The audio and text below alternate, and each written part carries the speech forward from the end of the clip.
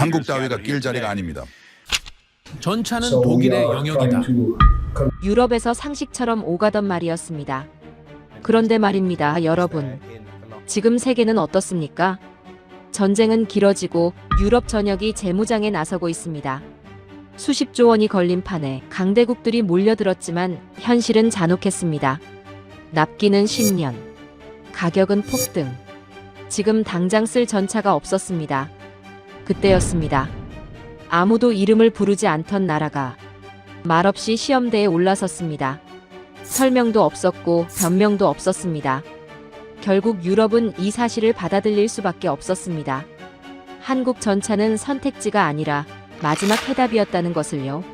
수십 년간 무시해왔던 나라가 이제는 유럽의 생존을 좌우하게 된 순간, 자원 없는 나라가 기술 하나로 세계를 움직인 이 이야기. 전 세계가 숨을 삼킨 한국 전차의 진짜 모습은 과연 무엇이었을까요? 시작 전에 구독과 좋아요 버튼을 눌러주시면 영상 제작에 큰 힘이 됩니다. 지금 이 이야기를 어디에서 듣고 계신지도 댓글로 알려주세요. 그럼 바로 시작할게요. 종이 넘기는 소리만 들렸습니다. 회의실에 7명이 앉아 있었지만 아무도 말하지 않았는데 다들 같은 줄을 보고 있었기 때문이었습니다. 독일 레오파르트 표적 명중 실패. 유럽의 기준이 무너지는 순간이었습니다. 그 아래 줄이 더 충격이었죠. 한국 K2 100% 명중. 누군가 볼펜을 떨어뜨렸고 탁자를 굴러가는 소리가 유난히 크게 들렸습니다. 저는 펜을 들었는데 손이 떨리지 않았습니다. 25년 경력이 흔들리는 순간이었지만 숫자는 거짓말을 하지 않으니까요. 제 소개를 먼저 하겠습니다. 저는 하인리히 폴크만이라고 하는데 전 독일 기갑전력 출신으로 레오파르트 전차를 설계 단계부터 지켜봤고 실전 운용까지 25년 넘게 함께하면서 이 전차의 모든 것을 알고 있다고 자부했습니다. 지금은 나토 전차 전력 실전 검증 책임관이라는 직책을 맡고 있는데 제 역할은 사실 굉장히 단순합니다. 전차가 전쟁에서 살아남을 수 있는지 그 가능성만 판단하는 거죠. 제 보고서 한 줄로 수천억짜리 계약이 멈추기도 하고 개발 계획 자체가 폐기되는 경우도 있으며 심지어 어떤 전차는 제 펜 한 번에 역사에서 완전히 사라지기도 했습니다. 저는 전차를 평가하는 사람이 아니라 생존 가능성을 기록할 뿐입니다. 그날 아침도 평소와 다르지 않았는데 노르웨이 시험장 결과를 기다리면서 사실 별다른 기대는 하지 않았습니다. 노르웨이에서 진행되는 전차 시험은 늘 비슷한 패턴이었거든요. 독일 레오파르트가 기준을 통과하고 나머지 전차들이 그 뒤를 따라가는 구조였는데 이건 그냥 당연한 수순이었습니다. 유럽에서 레오파르트는 기준 그 자체였고 나토 훈련의 표준이었으며 동맹국들이 따라야 할 지표였으니까요. 회의실에 보고서가 도착한 건 오전 10시쯤이었는데 봉투를 뜯는 담당자의 표정부터 뭔가 이상했습니다. 결과입니다. 그가 말했는데 평소와 다르게 목소리에 힘이 없었습니다. 저는 서류를 펼치면서도 별 생각이 없었는데 첫 줄을 읽는 순간 숨이 멎었습니다. 독일 레오파르트 표적 명중 실패. 저는 그 문장을 다시 읽었습니다. 착오인가 싶어서 2번, 3번을 확인했는데 착오가 아니었습니다. 레오파르트가 표적을 놓쳤습니다. 25년 경력 동안 이런 보고서는 처음 봤습니다. 회의실 분위기가 순식간에 무거워졌는데 누군가 작게 기침을 했지만 그마저도 조심스러운 소리였고 종이 넘기는 소리만 간간히 들렸습니다. 저는 침착하게 다음 데이터를 확인하기 시작했습니다. 사격거리, 표적 크기, 기상 조건을 하나하나 체크했는데 모든 조건이 표준 범위 안에 있었고 측정 오류가 있을 가능성도 없었습니다. 변수가 없었습니다. 그런데 다음 줄을 읽는 순간 회의실 공기가 완전히 얼어붙었습니다. 한국 K2 표적 명중률 100%. 같은 시험장에서 같은 표적을 놓고 같은 거리에서 쏜 건데 결과가 정반대였습니다. 독일은 놓쳤고 한국은 전부 맞췄습니다. 저는 표를 다시 확인했는데 혹시 제가 잘못 본 건 아닌가 싶어서 3번을 봤지만 숫자는 명확했습니다. 독일이 허둥대는 사이 한국은 100-800 중이었습니다. 잠시 침묵이 흘렀고 누군가 조심스럽게 입을 열었습니다. 재검토를 해야 하는 거 아닙니까? 그 말끝이 흐려졌는데 저는 그 눈빛을 정확히 알았습니다. 이 결과를 원하지 않는 눈빛이었죠. 하지만 저는 감정이 아니라 숫자를 남기는 사람입니다. 조건이 동일했습니까? 제가 물었습니다. 담당자가 고개를 끄덕이면서 대답했습니다. 네, 같은 표적, 같은 거리였습니다. 측정 장비는요? 동일한 장비로 측정했습니다. 더 이상 물을 게 없었습니다. 저는 펜을 들어 결과표에 체크를 시작했는데 독일 레오파르트 옆에 X표를 그으면서도 손이 떨리지 않았습니다. 펜 끝이 종이를 긋는 소리가 회의실 전체에 울렸고 한국 K2 옆에 O표를 남기는 순간 누군가 작게 한숨을 쉬었습니다.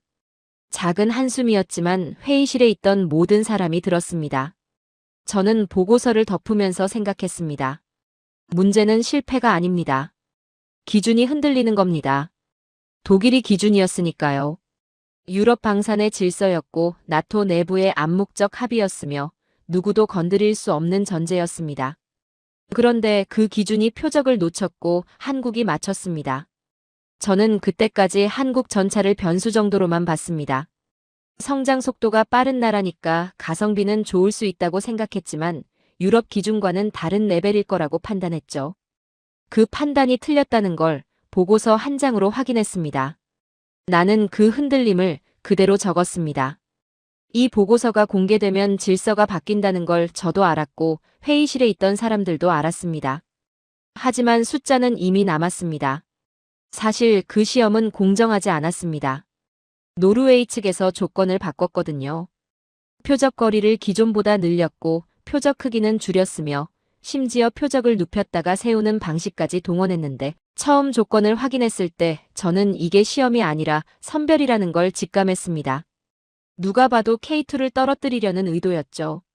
노르웨이는 오랫동안 독일 레오파르트를 운용해왔고 유럽 방산 체계 안에 깊숙이 들어가 있었기 때문에 갑자기 한국 전차를 테스트한다고 했을 때 저는 이미 결과를 예상했습니다. 통과시킬 생각이 없다는 거였죠. 그래서 조건을 까다롭게 만든 겁니다. 표적 거리를 기존보다 200m 더 늘렸고 표적 크기는 30% 줄였는데 여기까지는 그래도 이해할 수 있었습니다. 문제는 다음이었습니다.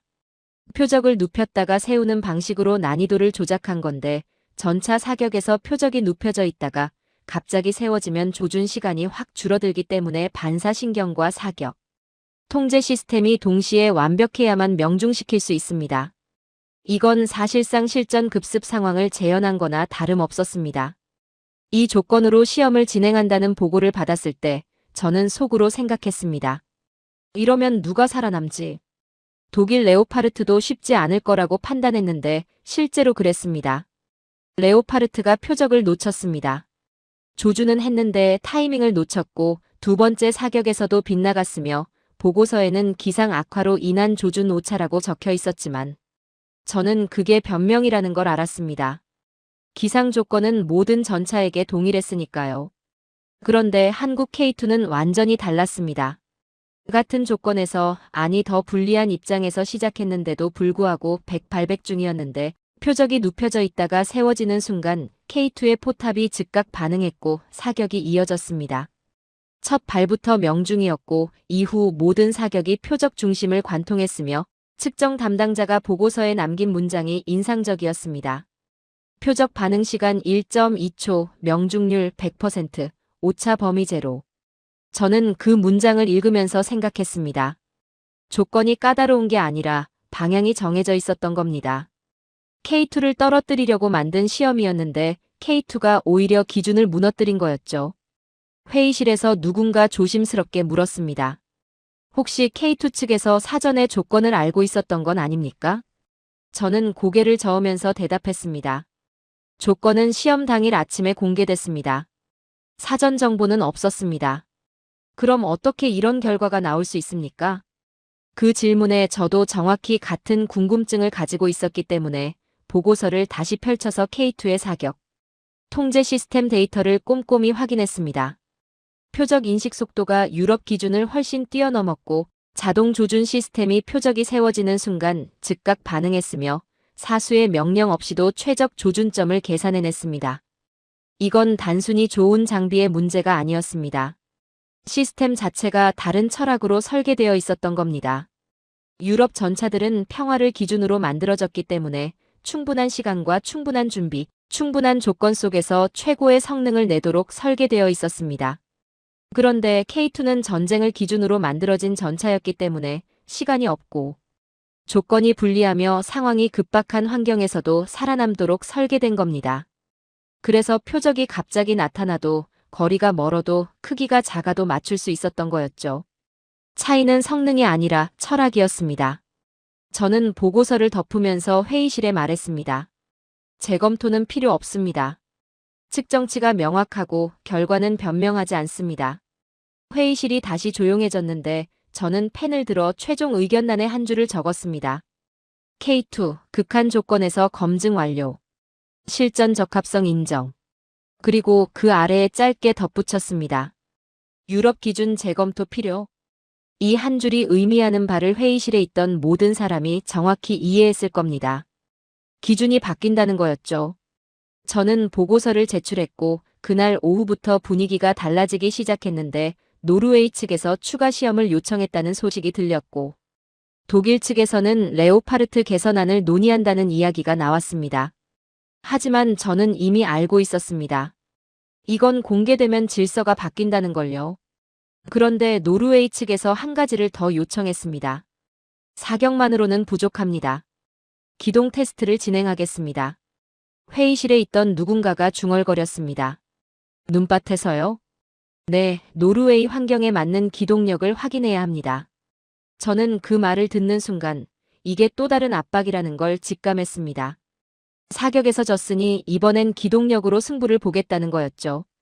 노르웨이 겨울은 가혹하기 때문에 눈밭에서 전차를 제대로 움직이는 것 자체가 기술이고 유럽 전차들도 고전하는 환경입니다. 아마도 그들은 생각했을 겁니다. 한국 전차가 아무리 사격을 잘해도 우리 땅에서는 못 움직일 거야. 저는 보고서를 덮으면서 생각했습니다. 다음은 기동력이구나. 그리고 그곳에서 제가 상상하지 못한 장면을 보게 될 줄은 몰랐습니다. 노르웨이 시험장에 도착했을 때 저는 눈밭을 보면서 생각했습니다. 이건 공정한 시험이 아니라 환경 그 자체가 무기구나. 눈이 무릎까지 쌓여 있었고 기온은 영하 15도를 오르내렸으며 바람이 불 때마다 시야가 하얗게 가려졌습니다. 이런 환경에서 전차를 제대로 움직인다는 건 단순히 엔진 출력의 문제가 아니었습니다.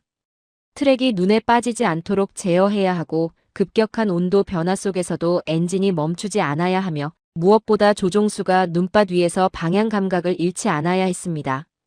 유럽 전차들도 이런 환경에서는 속도를 줄여야 했고 노르웨이 레오파르트 운용병들조차 겨울 훈련에서는 늘 조심스러웠습니다.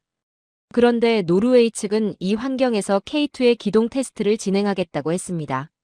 시험 코스를 확인했을 때 저는 속으로 한숨을 쉬었습니다. 직선 주행이 아니라 급커브가 포함된 코스였고 경사진 언덕을 오르내려야 했으며 중간중간 장애물까지 배치되어 있었습니다. 이 코스를 완주하면 합격입니까? 제가 물었습니다. 노르웨이 담당자가 고개를 끄덕이면서 대답했습니다. 네, 제한 시간 안에 완주하고 장애물을 회피하면 됩니다. 제한 시간은요? 15분입니다. 15분이라는 시간은 눈밭에서는 상당히 촉박한 시간이었습니다. 평지에서라면 충분하지만 이런 환경에서는 속도를 낼 수가 없었으니까요. 저는 시험 준비 과정을 지켜보면서 K2가 어떻게 나올지 궁금했습니다. 사격에서는 압도적이었지만 기동력은 또 다른 영역이었으니까요. 시험이 시작됐습니다. K2가 출발선에 섰고 엔진 소리가 눈밭 위로 울려 퍼졌습니다. 신호와 함께 K2가 움직이기 시작했는데 저는 그 순간 뭔가 이상하다는 걸 느꼈습니다. 속도가 너무 빨랐습니다.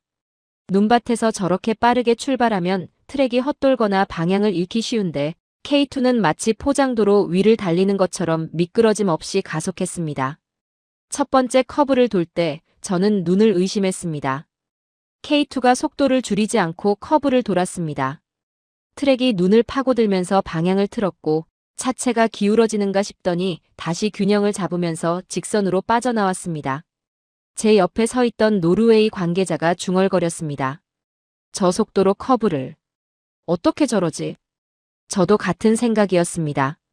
K2는 계속 달렸습니다. 두 번째 구간인 경사 언덕을 오를 때도 속도가 줄지 않았고 눈이 깊게 쌓인 구간에서도 트랙이 미끄러지지 않았으며 장애물 앞에서 급제동을 했다가 다시 출발하는 과정이 마치 계산된 것처럼 정확했습니다. 그런데 문제는 그 다음이었습니다.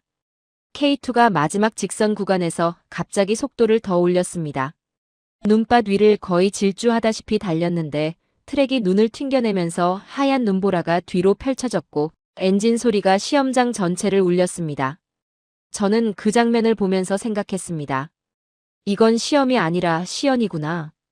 K2는 단순히 통과하려는 게 아니라 이 환경에서도 압도적일 수 있다는 걸 보여주려는 거였습니다. 그런데 바로 그 순간 무전기에서 다급한 목소리가 들렸습니다. 잠깐 속도 좀 줄여달라고 전달해 주십시오. 노르웨이 측 안전관리 요원이었습니다. 왜 그렇습니까? 제가 물었습니다. 저 속도로 가면 안전 요원들이 따라갈 수가 없습니다. 만약 사고가 나면 즉시 대응할 수가 없어요. 저는 그 말을 듣는 순간 상황을 정확히 이해했습니다.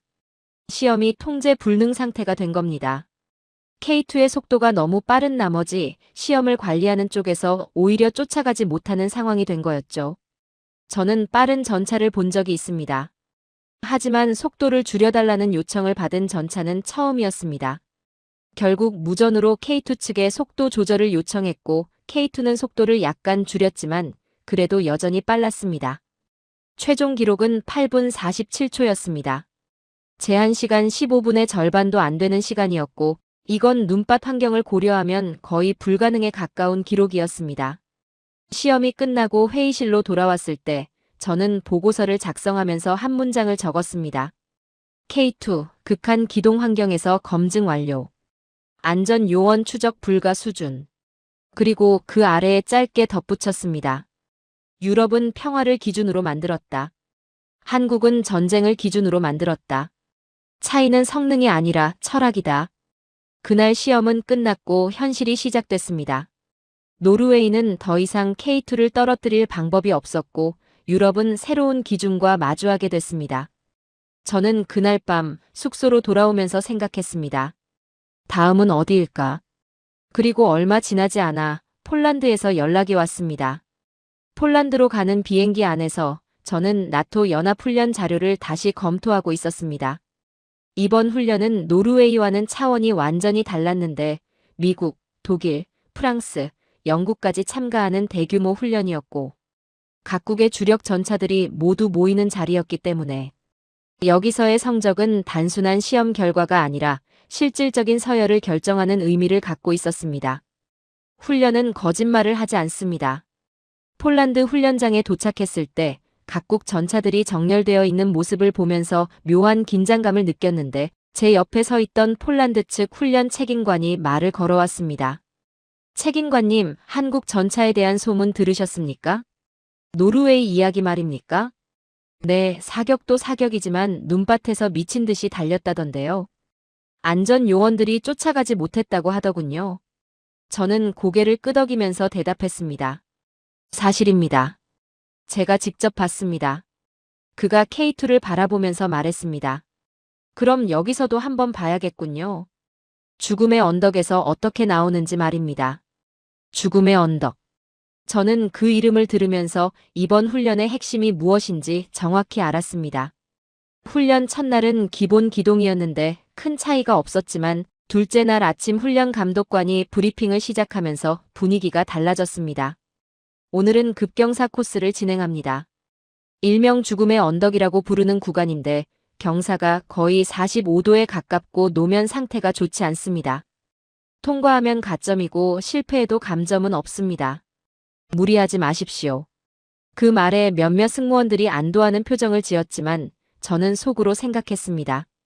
말은 그렇게 하지만 여기서 못 올라가면 끝이지. 먼저 미국 에밀 에이브람스가 시도했는데 출발은 좋았지만 경사 중반쯤에서 트랙이 미끄러지기 시작했고 결국 3분의 2 지점에서 멈춘 뒤 무전으로 교신하는 소리가 들렸습니다. 더 이상은 위험합니다. 후진하겠습니다. 다음은 독일 레오파르트였는데 옆에 서 있던 독일 측 평가관이 자신 있는 표정으로 말했습니다. 레오파르트는 다를 겁니다. 이런 지형 훈련을 많이 했으니까요. 하지만 결과는 비슷했습니다. 레오파르트도 정상까지 도달하지 못했고 트랙이 바위에 걸리면서 균형을 잃었기 때문에 중단할 수밖에 없었습니다. 프랑스 르클레르도 마찬가지였는데 저는 생각했습니다. 힘겨운 건 정상이다. 죽음의 언덕은 핑계를 허락하지 않으니까. 그런데 K2의 차례가 됐을 때 분위기가 확 달라졌습니다.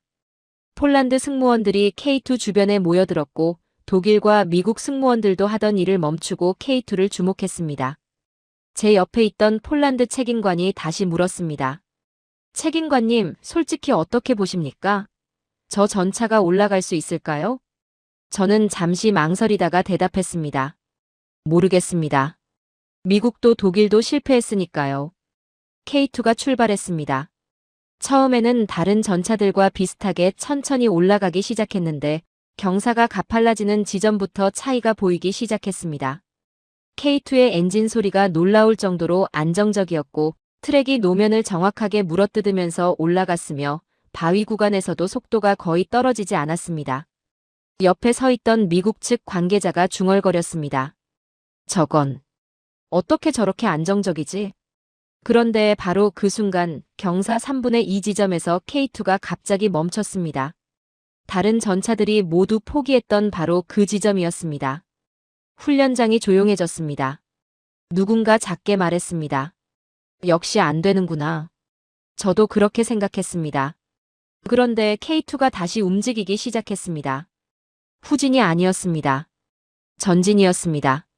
제 옆에 있던 폴란드 책임관이 놀란 목소리로 말했습니다. 저거 지금 다시 올라가고 있는 겁니까? 그런 것 같습니다. 멈췄던 그 자리에서 K2의 트랙이 다시 땅을 파고들기 시작했고 차체가 위로 치고 올라갔습니다.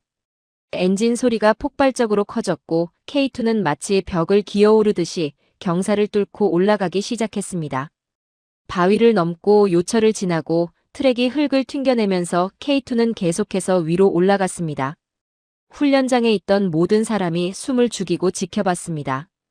그리고 마침내 K2가 정상에 도달했습니다.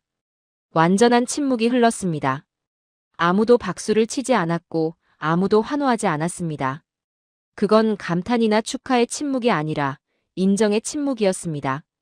제 옆에 있던 폴란드 책임관이 천천히 말했습니다. 책임관님, 방금 뭘 본 겁니까? 저는 노트를 꺼내서 한 줄을 적었습니다. K2, 죽음의 언덕 완주. 중간 정지 후 재출발 성공. 이건 묘기가 아니라 능력이다. 그리고 그날 저녁, 저는 폴란드 승무원들의 표정을 봤습니다. 그들의 눈빛이 달라져 있었습니다. 독일 전차 옆을 지나갈 때 예전처럼 고개를 숙이지 않았고 미국 승무원들과 이야기할 때도 한 발 물러서지 않았으며 K2 옆을 지날 때는 오히려 어깨가 펴져 있었습니다. 전차는 쇳덩이가 아니라 태도를 만듭니다. 그 표정이 모든 걸 말했습니다. 훈련이 끝나고 며칠 뒤 저는 폴란드 기지 식당에서 묘한 장면을 목격했습니다. 폴란드 승무원 몇 명이 독일 레오파르트 승무원들과 같은 테이블에 앉아 있었는데 예전 같았으면 상상하기 힘든 광경이었습니다. 폴란드는 오랫동안 독일 앞에서 조심스러웠습니다. 역사적인 이유도 있었고 군사적으로도 독일 장비에 의존해왔기 때문에 늘 한 발 물러서는 분위기였죠. 그런데 그날 분위기가 달랐습니다. 폴란드 승무원 하나가 독일 승무원에게 말하는 걸 들었습니다. 레오파르트도 좋은 전차지만 우리는 이제 선택지가 있습니다. 말투가 달랐습니다. 예전처럼 눈치를 보거나 조심스럽게 말하는 게 아니라 당당하게 자기 의견을 말하고 있었습니다. 독일 승무원이 약간 불편한 표정으로 대답했습니다. 레오파르트는 검증된 전차입니다. 수십 년간. 저도 압니다. 하지만 죽음의 언덕을 보셨잖습니까? 그 말에 독일 승무원이 말을 잇지 못했습니다. 저는 그 대화를 들으면서 생각했습니다. 이건 단순한 장비 논쟁이 아니구나. 며칠 뒤 폴란드 측 고위 관계자와 면담을 하게 됐는데 그가 K2에 대해 물어왔습니다. 책임관님, 솔직한 평가를 듣고 싶습니다. K2는 실전에서 신뢰할 수 있습니까? 저는 잠시 생각하다가 대답했습니다. 노르웨이에서 악조건 사격을 받고 여기서 죽음의 언덕을 받습니다. 제 판단으로는 K2는 실전 기준으로 설계된 전차입니다. 실전 기준이라는 게 정확히 무슨 의미입니까? 유럽 전차들은 평화를 전제로 만들어졌습니다. 충분한 시간, 충분한 준비가 있다는 가정이죠. 하지만 K2는 시간도 없고 조건도 불리한 상황을 기준으로 설계됐습니다. 그게 차이입니다. 그가 고개를 끄덕이면서 말했습니다. 우리에게 필요한 건 바로 그겁니다. 우리는 러시아와 국경을 맞대고 있으니까요. 그 말에 저는 폴란드의 입장을 정확히 이해했습니다. 폴란드는 평화를 기대할 수 없는 나라였습니다. 동쪽에는 러시아가 있었고 우크라이나 전쟁이 바로 옆에서 벌어지고 있었으며 언제든 전쟁이 넘어올 수 있는 상황이었습니다. 그런 나라에게 필요한 건 명품 전차가 아니라 당장 쓸 수 있는 전차였습니다.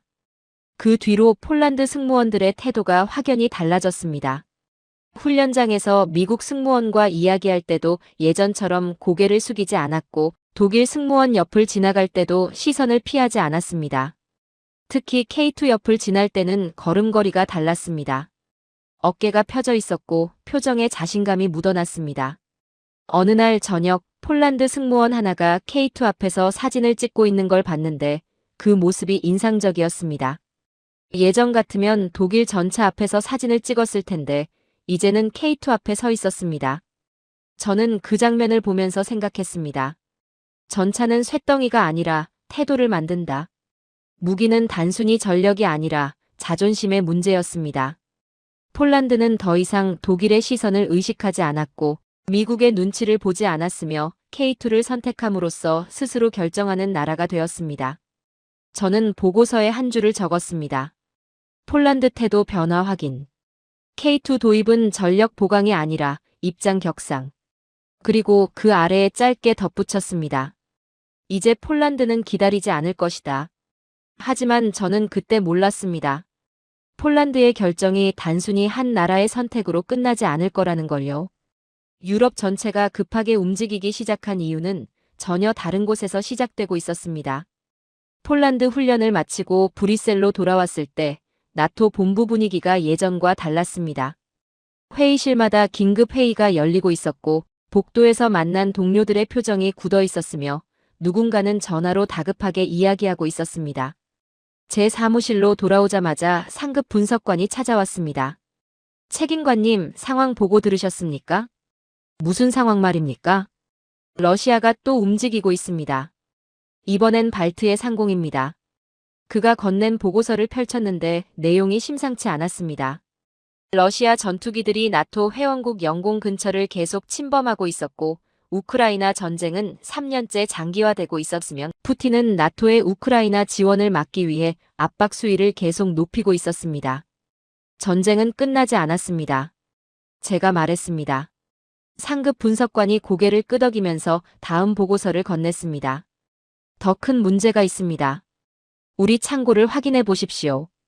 보고서를 보는 순간 저는 숨이 멎었습니다. 유럽 각국의 전차 보유량이 급격히 줄어 있었고 포탄 재고는 바닥 수준이었으며 각종 군수 물자가 우크라이나 지원으로 고갈된 상태였습니다. 우리는 비어 있었습니다. 제가 중얼거렸습니다. 맞습니다. 2차 대전 이후 유럽은 평화에 익숙해졌고 군수 산업 기반이 약화됐습니다. 그 결과가 이겁니다. 그가 또 다른 자료를 펼쳤는데 각국의 생산 능력 분석 자료였습니다. 독일의 전차 생산 라인은 거의 멈춰 있었고 프랑스도 비슷한 상황이었으며 포탄 생산 속도는 우크라이나가 소비하는 속도를 따라가지 못했습니다. 줄 게 없으면 지킬 수도 없습니다. 제가 말했습니다. 며칠 뒤 나토 긴급회의가 소집됐습니다. 각국 국방 관계자들이 모였는데 주제는 명확했습니다. 재무장. 독일 대표가 먼저 입을 열었습니다. 우크라이나 지원으로 우리 전력에 공백이 생겼습니다. 이제는 우리 자신을 방어할 전력을 재건해야 합니다. 프랑스 대표가 동의했습니다. 재무장은 선택이 아니라 생존입니다. 러시아가 멈추지 않는 한 우리도 준비해야 합니다. 폴란드 대표가 손을 들었습니다. 문제는 무엇을 언제 받느냐입니다. 전차가 1순위여야 합니다. 회의실이 조용해졌는데 모두가 같은 생각을 하고 있었습니다. 전차는 단순한 장비가 아니라 전력의 상징이었습니다. 전차가 없으면 지상 방어가 무너지고 지상 방어가 무너지면 모든 게 무너지는 겁니다. 그럼 어디서 조달합니까? 누군가 물었습니다. 당연히 모든 시선이 독일 대표에게 쏠렸습니다. 유럽에서 전차라고 하면 독일 레오파르트였으니까요. 독일 대표가 난처한 표정으로 대답했습니다. 레오파르트 생산 라인을 재가동하려면 시간이 필요합니다. 최소 2년은 걸릴 것으로 예상됩니다. 2년이요? 폴란드 대표가 놀란 목소리로 되물었습니다. 네, 그리고 납기까지 고려하면 10년 정도 보셔야 합니다. 회의실이 술렁였습니다. 10년. 전쟁은 10년을 기다려주지 않습니다. 저는 그 순간 생각했습니다. 10년짜리 납기는 납기가 아니다. 폴란드 대표가 다시 물었습니다. 가격은 어떻게 됩니까? 현재 협상 중인데 대당 가격이 상승하고 있습니다. 수요가 급증해서 협상할수록 비싸진다는 말씀입니까? 독일 대표가 대답하지 못했습니다. 회의실 분위기가 무거워졌는데 바로 그때 폴란드 대표가 조용히 말했습니다. 다른 선택지를 검토하겠습니다. 다른 선택지라면요? 한국입니다. 회의실이 다시 조용해졌습니다. 독일 대표가 약간 당황한 표정으로 물었습니다. 한국 K2 말씀하시는 겁니까? 네, 성능은 이미 노르웨이와 폴란드에서 검증됐고 납기는 독일보다 훨씬 빠르며 가격은 레오파르트의 60% 수준입니다. 하지만 검증이 폴란드 대표가 말을 끊었습니다. 책임관님, 한 말씀 해주시겠습니까? 모든 시선이 저에게 쏠렸습니다. 저는 자리에서 일어나서 말했습니다. K2는 실전 기준으로 검증됐습니다. 노르웨이 악조건 사격, 폴란드 죽음의 언덕 모두 통과했습니다. 제 판단으로는 당장 쓸 수 있는 전차입니다. 회의가 끝난 뒤 복도에서 폴란드 대표를 다시 만났습니다. 책임관님, 솔직히 물어보겠습니다. K2를 선택해도 됩니까? 저는 망설이지 않고 대답했습니다. 시간은 전력입니다. 10년을 기다릴 수 없다면 K2가 답입니다. 그가 고개를 끄덕였습니다. 감사합니다. 폴란드는 더 이상 기다리지 않겠습니다. 폴란드의 결정은 생각보다 빨랐습니다. 나토 회의가 끝나고 2달 뒤 제 책상 위에 폴란드 국방부 공식 문서가 도착했습니다. 한국 K2 전차 1차 계약 체결 180대. 저는 그 문서를 보면서 숫자를 다시 확인했습니다. 180대. 이건 단순한 도입이 아니라 주력 전차 전면 교체 수준이었습니다. 며칠 뒤 폴란드 국방부 관계자와 통화할 기회가 있었습니다. 계약 축하드립니다. 180대면 상당한 규모인데 납기는 어떻게 됩니까? 한국 측에서 제시한 일정이 놀라웠습니다. 독일이 10년이라고 했던 물량을 한국은 3년 안에 납품하겠다고 했습니다. 3년이요? 네, 처음엔 저희도 믿지 못했습니다. 하지만 한국은 이미 생산 라인이 가동 중이었고 수출 경험도 있었으며 무엇보다 약속을 지키는 나라였습니다. 저는 그 말을 듣고 생각했습니다. 전쟁은 기다려주지 않는다. 한국은 그걸 이해하고 있구나. 가격은 어떻습니까? 레오파르트 견적의 60% 수준입니다. 성능은 같거나 더 좋은데 가격은 절반이고 납기는 3분의 1입니다. 선택은 명확했습니다. 통화를 끝내고 저는 보고서를 작성하기 시작했는데 그때 상급 분석관이 급하게 들어왔습니다. 책임관님, 폴란드가 추가 계약을 발표했습니다. 추가요? 벌써요? 네, 2차 계약 180대. 총 360대입니다. 저는 계산기를 두드렸습니다. 360대면 폴란드 전차 전력의 거의 전부였고 계약 금액은 대략 13조 원 규모였습니다. 13조. 제가 중얼거렸습니다. 상급 분석관이 말했습니다. 이건 구매가 아니라 방향 전환입니다. 폴란드가 유럽 방산 체계에서 벗어나기 시작한 겁니다. 그 말이 맞았습니다. 폴란드는 뒤돌아보지 않았습니다. 계약 발표 후 일주일도 안 돼서 브뤼셀 사무실에 각국에서 문의가 쏟아지기 시작했습니다. 노르웨이 국방부에서 연락이 왔습니다. K2 도입을 검토 중입니다. 평가 보고서를 공유해 주실 수 있습니까? 루마니아에서도 같은 요청이 들어왔고 체코, 슬로바키아에서도 문의가 이어졌습니다. 저는 각국에 같은 답변을 보냈습니다. 노르웨이 시험 결과, 폴란드 훈련 결과 공유 가능. K2는 나토 기준 통과. 그런데 문제가 하나 생겼습니다. 한 달 뒤 한국 방산 관계자와 화상회의를 하게 됐는데 그가 난처한 표정으로 말했습니다. 책임관님, 솔직히 말씀드리겠습니다. 주문이 너무 많이 들어와서 생산 라인이 포화 상태입니다. 얼마나 밀려 있습니까? 폴란드 360대, 노르웨이 54대 확정이고 루마니아에서 80대 문의가 들어왔으며 그 외 국가들에서도 계속 연락이 오고 있습니다. 현재 생산 능력으로는 모든 주문을 소화하기 어렵습니다. 그럼 어떻게 하실 겁니까? 두 가지 방법이 있습니다. 하나는 납기를 늘리는 것이고 다른 하나는 그가 잠시 말을 멈췄다가 계속했습니다. 현지 생산입니다. 폴란드나 다른 유럽 국가의 생산 라인을 설립하는 겁니다. 저는 그 말을 듣는 순간 의미를 정확히 파악했습니다. 현지 생산이라는 건 단순한 수출이 아니라 파트너십이었습니다. 기술 이전이었고 장기 협력이었으며 한국이 유럽 방산 생태계 안으로 완전히 들어온다는 의미였습니다. 현지 생산까지 고려하고 계십니까? 네, 폴란드 측과 논의 중입니다. 이미 긍정적인 반응을 받았습니다. 회의를 끝내고 저는 창밖을 바라보면서 생각했습니다. 주문이 밀려든다는 건 인정이 아니라 의존입니다. 생산 라인이 꽉 찼을 때 게임은 끝났습니다. 유럽은 한국을 선택했고 그 선택은 되돌릴 수 없었습니다. 저는 보고서 마지막 장에 한 줄을 적었습니다. 유럽 방산 질서 재편 확인. 한국 공급자에서 파트너로 전환. 그리고 그 아래에 짧게 덧붙였습니다. 돈은 거짓말을 하지 않는다. 13조는 신뢰의 무게다. 그로부터 6개월 뒤 저는 폴란드 바르샤바에 다시 왔습니다. 이번엔 훈련장이 아니라 한국-폴란드 합동생산시설 기공식 참석차였습니다.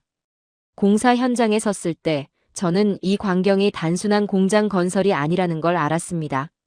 폴란드 국방장관이 연설하는 모습을 보면서 저는 그의 말 한마디 한마디를 새겼습니다.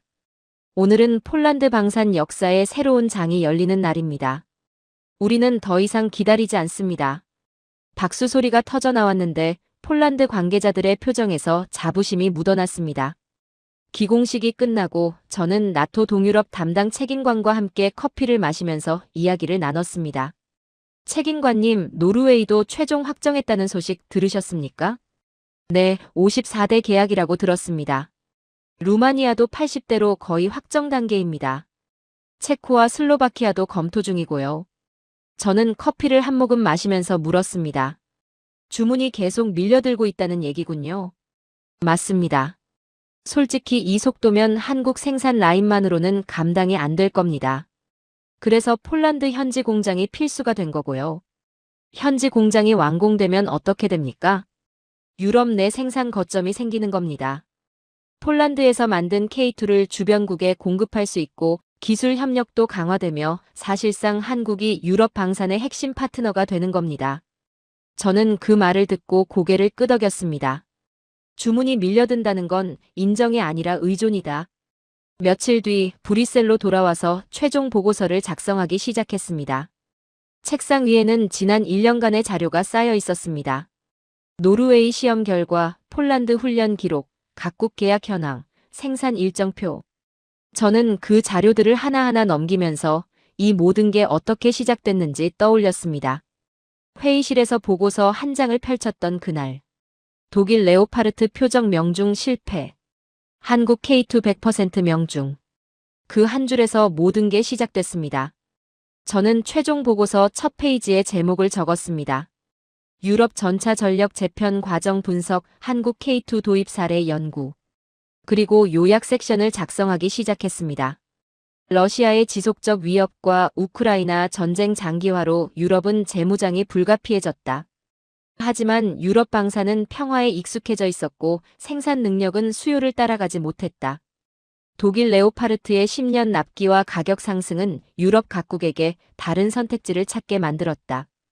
한국 K2는 조건이 아니라 해답처럼 들어왔다. 성능은 검증됐고 납기는 빨랐으며 가격은 합리적이었다. 폴란드가 먼저 움직였고 360대 13조 원 계약으로 방향을 명확히 했다. 노르웨이, 루마니아가 뒤따랐고 유럽 전역에서 주문이 밀려들기 시작했다. 생산 라인이 포화되자 한국은 현지 생산을 결정했다. 이는 단순한 수출을 넘어 유럽 방산 생태계 안으로의 진입을 의미한다. 한국은 더 이상 공급자가 아니라 파트너다. 저는 마지막 문단을 쓰기 위해 잠시 멈췄습니다. 그리고 천천히 타이핑을 시작했습니다. 결론: 푸틴의 야욕이 유럽 재무장을 촉발했고 유럽 재무장이 한국 방산의 기회를 만들었다. 아이러니하게도 러시아의 위협이 한국을 유럽의 핵심 파트너로 만든 셈이다. 유럽은 선택했다. 그리고 그 선택은 되돌릴 수 없다. 생산 라인이 꽉 찼을 때 게임은 끝났다. 보고서를 마무리하고 저는 창밖을 바라봤습니다. 브뤼셀 하늘은 여전히 잔뜩 흐렸지만 저는 명확하게 볼 수 있었습니다. 유럽의 길이 한국으로 꺾였다는 걸요. 저는 파일을 저장하고 마지막으로 개인 노트를 꺼냈습니다. 그리고 한 문장을 적었습니다. 나는 한국을 칭찬하려 나온 사람이 아니다. 나는 전차가 전쟁에서 살아남을 수 있는지 그 가능성만 기록해왔다. 노르웨이의 꼼수도 죽음의 언덕도 계약서의 숫자도 결국 같은 결론으로 모였다. 유럽은 기다릴 시간이 없었고 한국은 이미 준비돼 있었다. 그래서 유럽은 돈을 들고 한국으로 왔다. 그게 오늘의 현실이다. 저는 노트를 덮었습니다. 제 일은 끝났습니다. 저는 한국을 칭찬하려는 사람이 아닙니다. 전차가 전쟁에서 살아남을 수 있는지 그 가능성만 기록해왔습니다. 25년간 독일 기갑부대에 있었고 지금은 나토 전차 전력 실전 검증 책임관으로 일하면서 수많은 전차를 평가해왔지만 제 기준은 단 하나였습니다. 숫자는 거짓말을 하지 않는다. 노르웨이에서 봤습니다. 표적을 눕혔다 세우는 꼼수 속에서도 K2는 백발백중이었습니다. 조건이 까다로운 게 아니라 방향이 정해져 있었는데 K2는 그 방향 자체를 바꿔버렸습니다. 폴란드에서 봤습니다. 죽음의 언덕에서 미국도 독일도 프랑스도 멈췄는데 K2는 중간에서 멈췄다가 다시 올라갔습니다. 그 순간 모든 게 명확해졌습니다. 이건 묘기가 아니라 능력이라는 걸요. 계약서에서도 봤습니다. 폴란드 360대, 노르웨이 54대, 루마니아 80대. 주문이 밀려들고 생산 라인이 꽉 찼으며 현지 공장까지 논의되는 상황. 돈은 거짓말을 하지 않습니다. 13조라는 숫자는 신뢰의 무게였습니다. 결국 같은 결론으로 모였습니다. 유럽은 기다릴 시간이 없었고 한국은 이미 준비돼 있었습니다. 러시아가 위협하고 우크라이나 전쟁이 장기화되고 유럽 창고가 비어 있을 때 독일은 10년을 말했지만 한국은 지금을 말했습니다. 그래서 유럽은 돈을 들고 한국으로 왔습니다. 그게 오늘의 현실입니다. 저는 여전히 숫자만 기록합니다. 하지만 그 숫자들이 말하고 있습니다. 유럽의 길이 한국으로 꺾였다고. 여러분, 오늘 이야기가 도움이 되셨다면 구독과 좋아요 부탁드립니다. 지금까지 감동의 방이었습니다. 대한민국을 응원한다면 댓글로 대한민국 파이팅이라고 남겨주세요. 다음에도 더 감동적인 한국 이야기로 찾아뵙겠습니다. 시청해주셔서 감사합니다.